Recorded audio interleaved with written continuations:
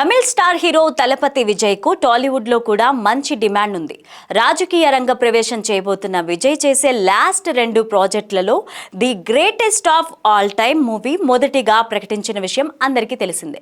September 5వ తారీఖున ఈ చిత్రం ప్రేక్షకుల ముందుకు రావడానికి సిద్ధమవుతోంది. విజయ్ సినిమా విడుదల కావడానికి వారం రోజుల సమయం ఉంది.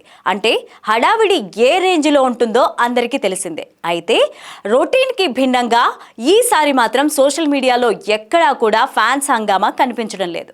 గత ఏడాది బాలకృష్ణ రవితేజకి పోటీ తట్టుకొని తెలుగులో లియో చిత్రం నిలబడి కమర్షియల్ గా సక్సెస్ సాధించింది. దీన్ని బట్టి తెలుగులో విజయ్ మార్కెట్ ఏ రేంజ్ లో ఉందో అర్థమవుతుంది. అందుకే అతని కొత్త మూవీ వస్తుంది అంటే తమిళంతో పాటు తెలుగులో కూడా ఎంతో కొంత హడావిడి కనిపిస్తుంది.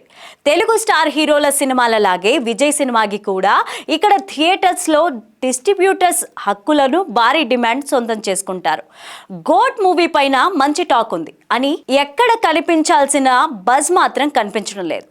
ఈ మూవీ డైరెక్టర్ వెంకట్ ప్రభు కావడం చిత్రంపై తీవ్ర ప్రభావాన్ని చూపిస్తోంది. గతంలో వెంకట్ ప్రభు నాగ చైతన్యతో కస్టడీ లాంటి డిజాస్టర్ తీశాడు. దీంతో అతను తీసే సినిమాలపైన బ్రాండ్ ఇమేజ్ పనిచేయడం లేదు.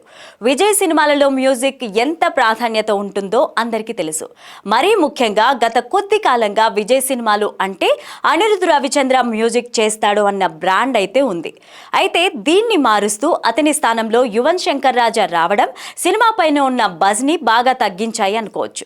ఇక ఈ మూవీలో విజయ్ చిన్నప్పటి పాత్ర చూపించడానికి ఉపయోగించిన AI డి ఏజింగ్ టెక్నాలజీ ఈ చిత్రంపై కాస్త నెగటివిటీ పెంచినట్లు కనిపిస్తోంది.